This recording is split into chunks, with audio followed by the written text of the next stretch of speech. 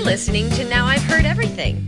Conversations with the icons of our time. In our days, we had 78. We had 45, which had a bigger hole. We don't know why.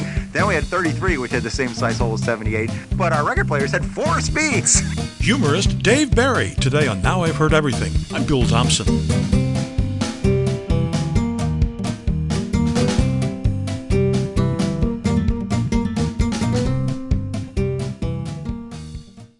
Reaching the age of 50 is one of those life milestones that makes a lot of people uncomfortable and unsettled. And perhaps no generation was more traumatized about turning 50 than the forever young baby boomers. Well, one boomer faced that trauma of turning the big 50 with the same wry humor that has made him one of America's favorite humor columnists for decades. The forever young Dave Barry did what he does best. He wrote about the various challenges that face you when you reach that half-century mark. His 1998 book was called Dave Barry Turns 50. Now, Dave's a little bit older than I am, but after interviewing him several times, many times over the years, I've found that he and I share many of the same life experiences, including the knowledge that memory lane often has a lot of potholes in it.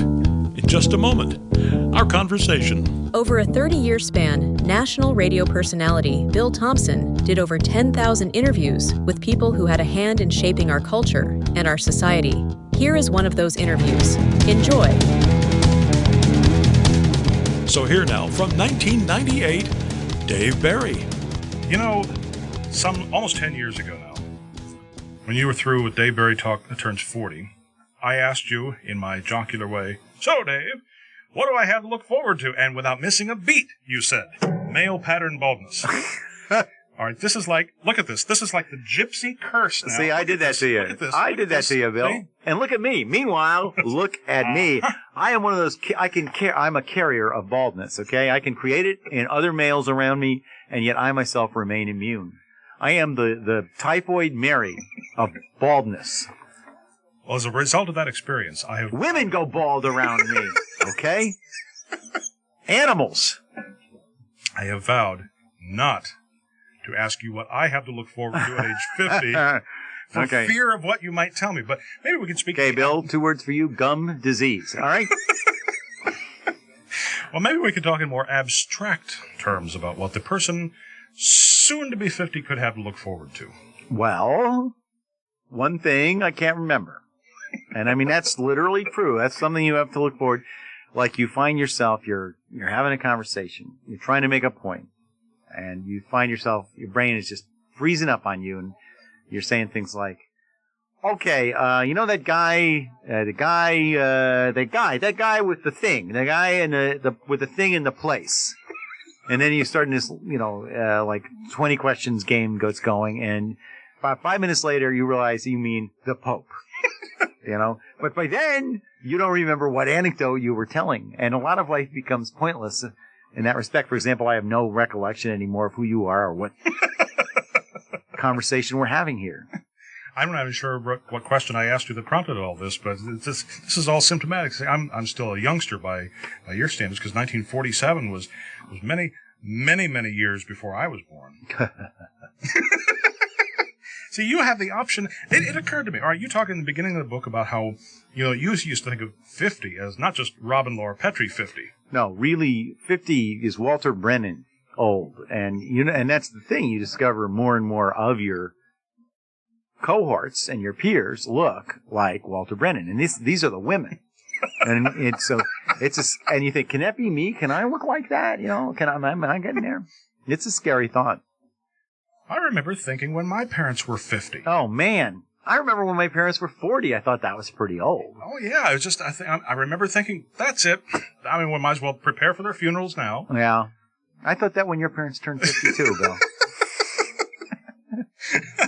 But there's so much in here that I'm not 50 yet, but darn, you made me feel so old, reminding me of all the Maypo. And remember Maypo? I remember Maypo. I want my Maypo. And why is it? And that's the thing. Your brain fills up with crud like that.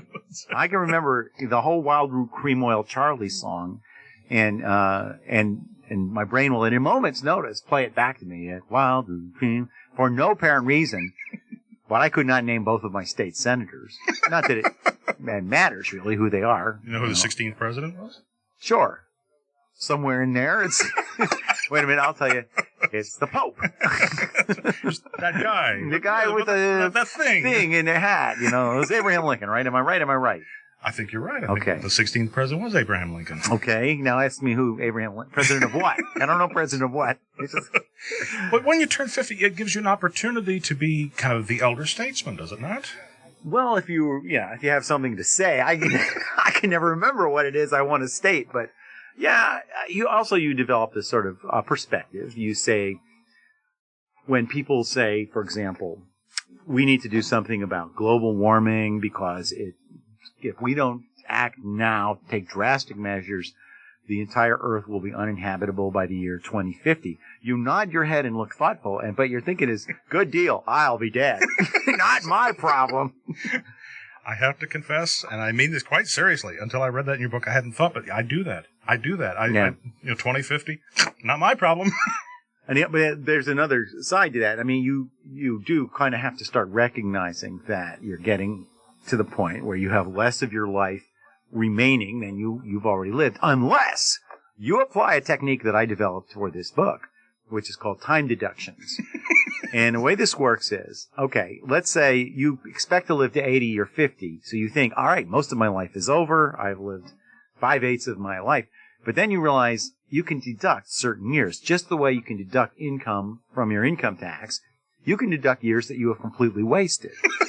High school is a good example. And college, for the most of us, almost all the time you spent watching television, any time you spent trying to decide which long-distance carrier is really right for you, all the time you spent trying to get in touch with somebody at customer service. And so when you start deducting, I realized I'd wasted an enormous amount of life. I've actually lived only about 6 years.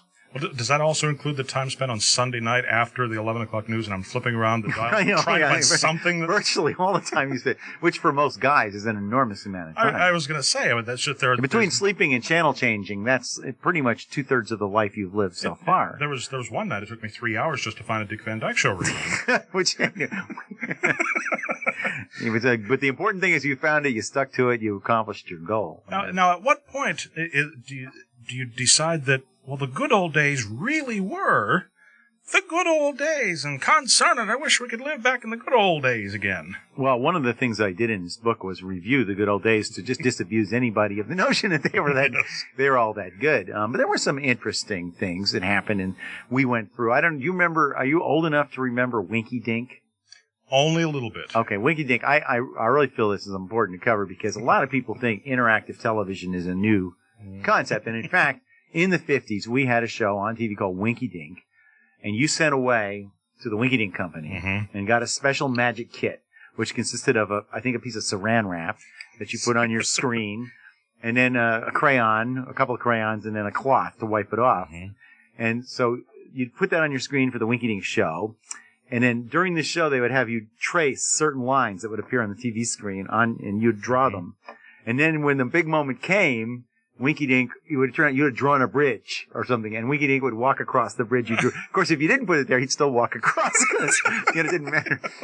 But some of us, and I was one of those, didn't have the Winky Dink kit, so we just took crayons and drew right on our screen. So that was probably not the most popular show with our moms and dads. But that was there's a cultural moment that we experienced. That I'm not saying it's the same as World War II.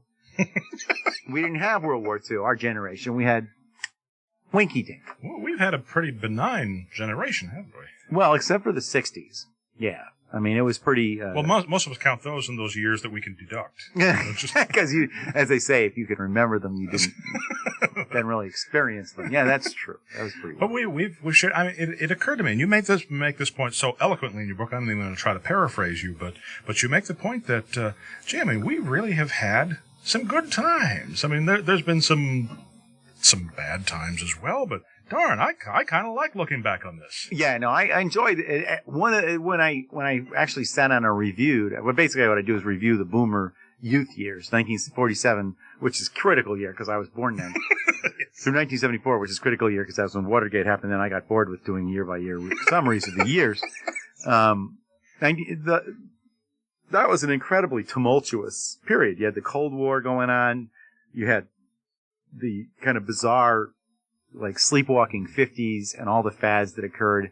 Then you have the Kennedy assassination, which sort of starts this incredible turmoil that lasted through the early 70s with Watergate.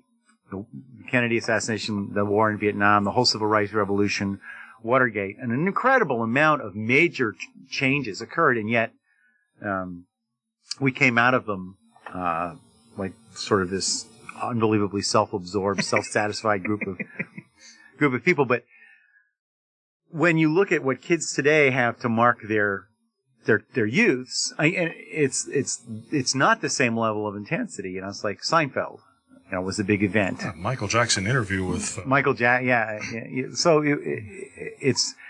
I was talking about this argument I had with a kid who said he kind of wished that something like the war in Vietnam had been going on in his China. And I was really angry at him because I thought, you don't want there to be a war ever. But I could see his point, which is that his life didn't seem as interesting to him as our lives seemed to him. But I'm still not sure that it was necessarily a good thing, all the things we went through. Oh, do you still remember how to duck and cover? Yeah. The idea was that you could protect yourself, if I understand this correctly, from a nuclear attack by getting under your desk. I don't know. Maybe like all the gumwads would absorb the radiation. I don't know. But we were taught, and it was a bizarre thing. And you think about today, whenever there's like a hurricane or any natural disaster, they immediately show you all the psychiatrists talking to the kids about overcoming the trauma of it. And when we were kids in the 50s, they were inducing trauma, and they were saying, we get under your desk in case there's a nuclear bomb. They were scaring us to death. The adults were back when we were kids. See, a lot of us look to our older brothers to kind of guide us through. I mean, I didn't know. And they gave you noogies. Here's your nuclear war right here. Well, for a little brotherly assistance, and they give us Indian burns, something like this. But I don't remember the Cuban Missile Crisis. I just remember my cartoons weren't on that afternoon. Right. Well, we went through this series of truly scary times, and it wasn't as though there was no threat. It wasn't as though it was made up. There really were missiles in Cuba. There really was we really did come close to nuclear confrontation. And I think part of the ultimate distrust that boomers developed for their peer, they're not their peers, the Pope, the guy with the thing, we felt for our elders was that, it just seemed like they kept getting us into these really terrifying situations and then lying to us very often about what was going on or just not telling us anything. And of course, that culminated in Vietnam, where it was nothing but lies, pretty much. I mean, what we were being told was not really the truth for the most part, or the truth, even if it would have been our military involvement, it would have been justified. They still really weren't telling us why. Mm-hmm. And yet we were the ones who were being told that you have to go over there and deal with this now. And I think that left us very suspicious of authority and older people. Of course, now we are the authorities, which is kind of scary. I mean, now we have Bill Clinton is our leader. Well, it did occur to me as I was thinking. We were talking a moment ago about how you and I both thought of people 50 when we were young. How does your son see a 50-year-old? What is pathetically old? I think my son is 18, and his primary function in life is to constantly remind me if I ever have a moment of thinking that I might, be hip or still have some youth left in me. His job is to step in and remind, no, you're a pathetic old man. Thanks. Like he will play me a CD every now and then. I'll be honored, that my son is playing me his CD. And if I show any indication that I like it, I think he takes it out and burns it with a blowtorch, Whereas if I scream and cover my ears, he knows that's a good one. By the way, I do remember 16 on the record players, the 45, 78, 33. I do remember 16. These kids today don't realize the wonderful technology that we had. Now today, they have CD, and it's just one speed, and you stick it in. You don't even pick a speed. You just stick it in, and it starts to play. By God, in our days, we had 78. We had 45, which had a bigger hole. We don't know why. No one ever knows why. No one has ever explained that to me in a million years. Then we had 33, which had the same size hole as 78. But our records, so we had 3 different kinds of records all going on, but our record players had 4 speeds. They had 16. And the only function we could ever figure out for 16 is you could put on records that were meant to be played faster. You put them on 16 to go,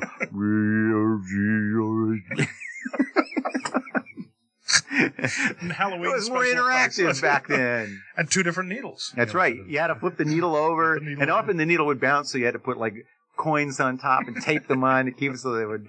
We had our hi-fis had much more in common mechanically with washing machines I was just than going to they say, do with CDs. it was astounding how much we could be amused just by the fact that the spindle would drop more than 145 at a time. Yeah, That was skip the Beatles. that was to make sure that the records got scratched. Just to have this thing drop them on. And mine would drop it in the middle of the song. I mean, Yeah, it wouldn't yeah. wait till the song was over, and then it would drop the next one, and then it would And we would go to dances, and we'd all carry these cases. Usually this was the girls who did this. Little plastic cases with 900 records all jammed together in there with their names written on magic marker. And they'd all be in this huge pile of records. Those were the The good old days. days. Those Yeah, were the Tom days. Sonnett. Kids today. And we used to walk 40 miles to school barefoot, too. We only lived 2 miles from school. We just go back and forth 20 times. That's how hard we worked when I was a boy. Doggone it. And Abraham Lincoln was president. I have more things to ask, but I can't remember what. But, Dave Barry is 77 now. His most recent book was a novel, Swamp Story, published in 2023. Now you can get your copy of Dave Barry Turns 50 by Dave Barry by tapping the link in our show notes, by clicking the link in the description below if you're listening to this on YouTube, or by going to our website, heardeverything.com. We may earn an Amazon commission if you make a purchase. Now, heardeverything.com is where you can also hear my 1988 conversation with someone else who knows a bit about aging, the man who once said that old age is not for sissies, Art Linkletter. When I was born, the average man especially could expect to have about 3% of his life in what's called after retirement, because he worked until he was retired and then he died. Today we have up to 20% of our lives in a new mode. And my 1993 interview with Helen Gurley Brown. A young woman tried to give me a seat on the bus. I mean, was she crazy or something? I couldn't believe what she had just offered to do. And that was horrendous, to look like somebody who needed to sit down and be given a seat. And of course, we post new episodes of Now I've Heard Everything every Monday, Wednesday, and Friday, and you can find us everywhere you listen to podcasts. And thank you so much for listening. Next time on Now I've Heard Everything, some motivation, some real motivation from one of America's all-time greatest motivational speakers.